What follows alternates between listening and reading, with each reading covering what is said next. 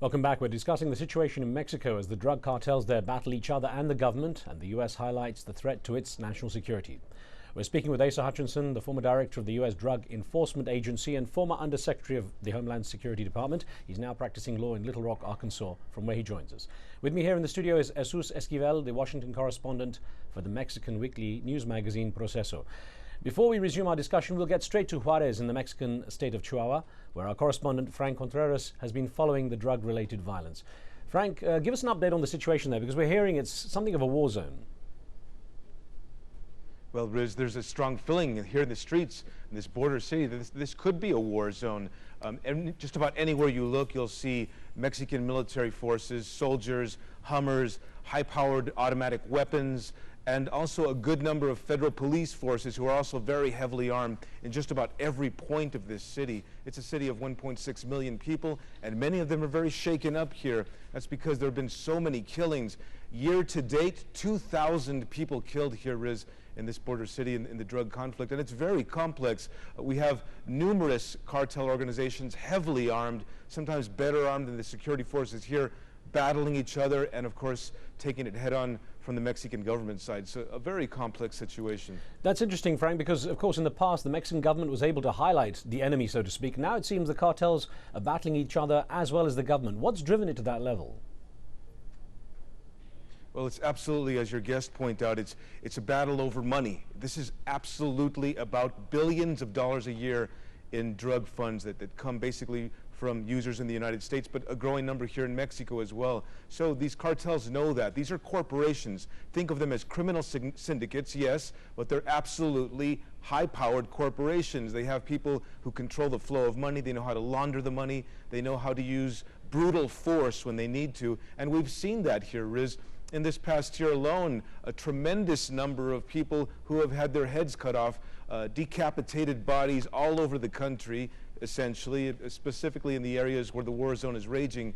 And this just began to show the level of violence that Mexico is starting to see. We also are starting to see the use of grenades exploding in public places, sometimes even during holidays, innocent people now getting pulled into the fighting, into the bloodshed. And so a very complicated battle going on as the cartels are essentially going at it with each other to see who will get to control this important shipping route here in Ciudad Juarez north through to Texas. And so that's what this is about. Also, we are getting intelligence reports from both Mexico and the United States, Riz, that some of these cartel groups are starting to splinter apart, and that's further complicating the situation. Frank, a quick thought before we let you go. Is there any clear connection between the cartels there in Mexico and U.S. drug gangs, across the border? Absolutely. Local officials here in the city government, including the mayor himself, these people have told Al Jazeera that there are drug gangs in the United States, some called the Aztecas, others using other names. They have crossed the border into Mexico and have taken sides with some of the cartels, arming themselves and becoming hitmen essentially for some of these trafficking organizations. So these are, in many cases, gangs from the United States crossing into Mexico and now participating directly in the fighting. Frank Contreras in Juarez, thank you very much for joining us. Secretary Hutchinson, if I could pick up on the debate with you there and ask you, based on what Frank was saying, incredibly armed, highly armed gangs, an incredibly violent situation there in Juarez, for example. Is there a military solution to this? Well, there needs to be some military support for it, particularly on the Mexican government side. They need to use the force that's necessary to get the situation under control and to go after the narco traffickers. But ultimately, the goal is to make this a law enforcement capable environment so that law enforcement can handle it. In the United States, we use the National Guard on the border when needed be, but we primarily rely upon the civilian law enforcement.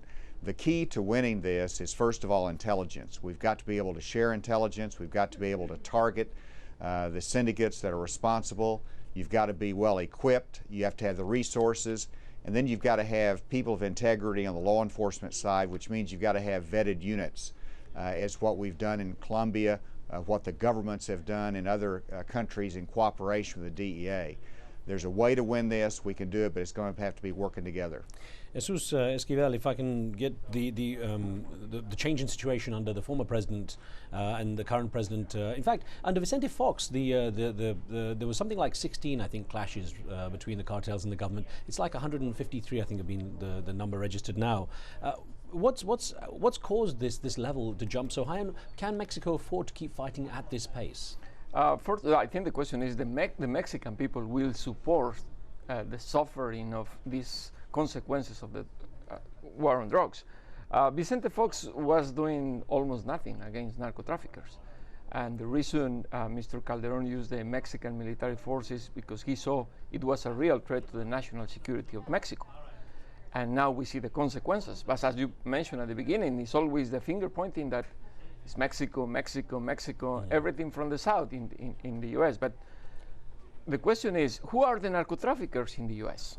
I mean, it's not just the gangs. There's people who money laundering in the U.S., who has the control of the intelligence to move drugs inside of the U.S. According to the Justice Department, there is 195 cities control or where the Mexican cartels operate. So it's a very complicated issue. I don't know if President Calderon will have the willing and the support of the Mexican people to continue with this kind of work without U.S. doing anything. How much harder is it made, the battle against the drug traffickers? The fact that the GDP of Mexico is so heavily tied to the drug, 20% I think is the figure. Exactly. And there is always the question, you know, the Mexican government is so corrupted by narco traffickers. But the question is, or the people, the Mexican people always ask this question, where is the money coming from to corrupt the Mexican official? They're US dollars from the users in the US.